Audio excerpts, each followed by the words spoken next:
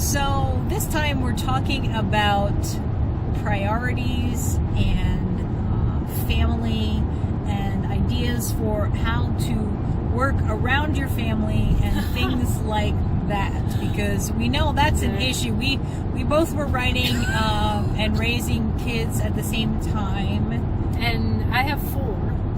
And so the She's rule crazy. at our house, was when mom's working, unless there's blood, and God forbid there better be budge, leave me alone. And so I was on a call with my editor at one point. My editor had no children, and my youngest walked in for like the umpteenth time that day, and she opened the door. I said, "Pardon me," and I said, "You best be bleeding, and it best be gushing." And she just turned around and walked out of the room. My editor's like, "Holly," I'm like, "Yeah, no, you work in an office with adults. You don't know." So that's so that's one of the things, is you have to train your kids to respect. And again, if there's an emergency, of course you want them to disturb you. And that's one of the beauties of being a writer with 4 kids, is I was able to be there for them and said to them early on, if there's something at school that it's important to you that I'm there, I'll be there. I'll drive for a field trip. I'll do what you need me to do. But if it's just doing salad bar on a Thursday, they don't care if I chop their lettuce or not. We don't want to do that. Yeah, so I really became very picky about what I did in terms of that. But really, And so that's actually one of the tips, is there's this word called no. and you should employ that not just with your children, but as Holly was saying, you protect the work from your children and from other people. You have to do what needs to be done, and yet family comes first. the family does come first, and that includes, not only my kids, but older members of their family.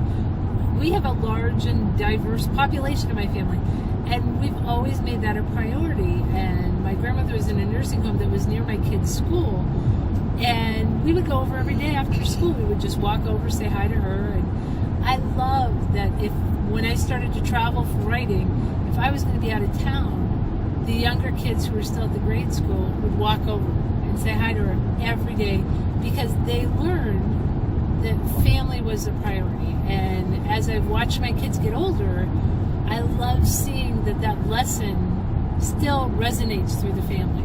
I mean, we might all say, "Gosh, you best be bleeding."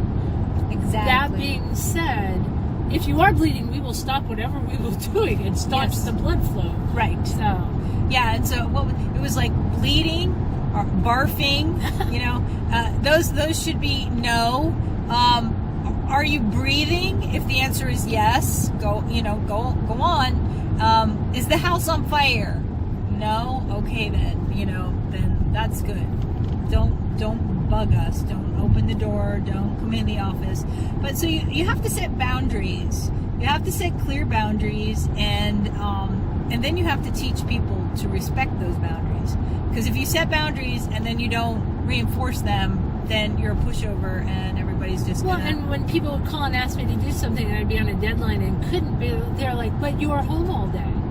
And so my standard smiley answer was, "Well, my boss is that B word, and she says no." And they're like, "But you're your boss." I'm like, "Yes, you understand now." You got the there point. It is. Exactly. There's the point. Right.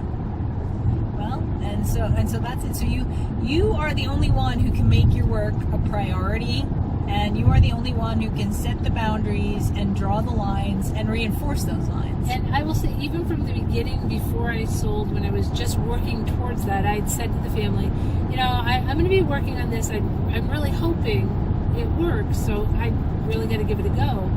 And my oldest daughter came in at one point, and I don't remember what she wanted, but the sentence she used was, "When you sell, can we?" And I don't know if she wanted a pony or what she wanted. But she had every faith that when I sold, right, that this was her question. And it was such a simple question, and it meant the world to me. Yep. To see my family support my dream to the extent that they did. And I'd gone through a period I hadn't had a lot of sales, and the money was not really rolling in. And I said to my husband, I said, "Well, maybe I should go look and get another job. Maybe I should just get a day job, and I'll still write." But we can get the money. He goes, we lived all those years on one paycheck when the kids were little. I can cure you. You'll sell again soon. It's not a problem. Stay home. Nice. I got this. And I've been really blessed. That's a hero. That is a hero. That's a hero. No, don't tell himself I said that. Talking too nice about them in public venues, it gets back to him. So, family first. For me, that's always been the